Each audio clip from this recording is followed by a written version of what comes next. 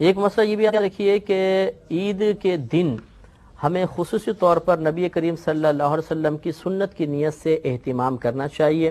لہذا یہ سنت کریمہ ہے کہ عید کے دن جسم کی صفائی وغیرہ کرنا، بال وغیرہ بنوانا، ناخن کاٹنا، اس کے علاوہ غسل کرنا، نئے کپڑے میسر ہوں تو نئے ورنہ پرانے کپڑے دھو کر پہننا، اس کے علاوہ اچھی طرح عطر وغیرہ ملنا، سرما لگانا اس دن خاص طور پہ سنت ہے، مسواک وغیرہ کرنا.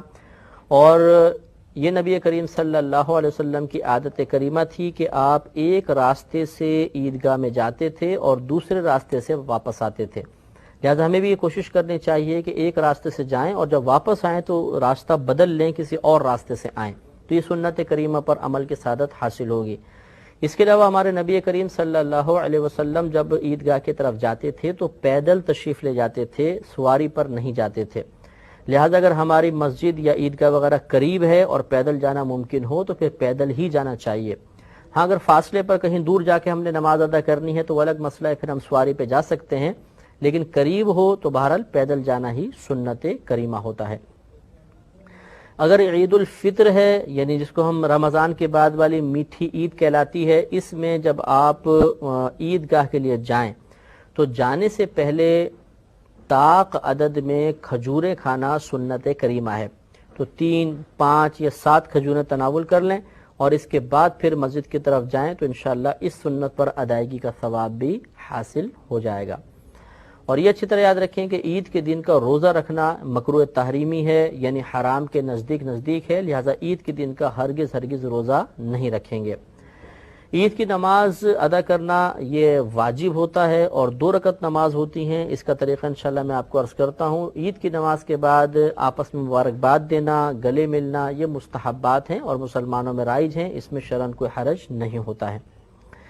ایک مسئلہ یہ بھی یاد رکھیں کہ عید کی نماز آپ ادا کرنا چاہیں تو کوشش کریں کہ پہلے جلدی جانے کی کوشش کریں. ہمارے یہاں ایسا ہوتا ہے کہ ایک تو ہم سو کر بہت دیر سے اٹھتے ہیں، پھر جلدی غسل کرتے ہیں اور وہاں پر جب خطیب صاحب دیکھتے ہیں کہ وہ مائک کی کھڑ کھڑ کی آواز سنائی دیتی ہے تو پھر ہم اسپیڈ کے ساتھ بھاگ کے پہنچتے ہیں اور سب سے آخر میں مصلی بچھا کے نماز ادا کرتے ہیں. اور راہ فرار اختیار کرنے میں سب سے پہلے ہم ہوتے ہیں، کیونکہ سب سے پیچھے ہوتے ہیں تو سب سے پہلے نکل جاتے ہیں. تو ہمیں کوشش کرنی چاہیے کہ عید کے دن آگے سے آگے رہیں اور پہلی صفوں میں نماز ادا کرنے کی کوشش کریں کہ مجمع جتنا بڑا ہوتا ہے اللہ کی رحمتیں اتنی زیادہ نازل ہوتی ہیں اور اگلی صفوف پر خاص طور پر رحمتیں نازل ہوتی ہیں، لہٰذا اس دن میں سستی نہیں کرنی چاہیے. ایک مسئلہ اچھی طرح یہ بھی یاد رکھیں کہ جب تک عید کی نماز نہ ہو جائے مرد اور عورت دونوں کے لیے ہر قسم کے نفل منع ہوتے ہیں. نہ گھر پہ پڑھ سکتے ہیں نہ عیدگاہ میں پڑھ سکتے ہیں. لہذا خواتین گھر میں نہ پڑھیں، مرد بھی نہ پڑھیں. پھر اگر مرد مسجد میں آئیں تو تحیۃ المسجد وغیرہ بالکل ادا نہ کریں، تحیۃ الوضو نہ پڑھیں، بلکہ پہلے عید کی نماز ادا کریں. یہ چنانچہ اس دن چاش اشراق وغیرہ نہیں پڑھیں گے، یعنی عید کی نماز سے پہلے. پھر اس کے بعد جب عید کی نماز ہو جائے تو پھر بھی مردوں کے لیے سنت یہی ہے کہ وہ عیدگاہ میں یا مسجد میں ہی نماز ادا نہ کریں، بلکہ اپنے گھر جا کر اگر چاہیں تو پھر چاش اشراق وغیرہ ادا کریں.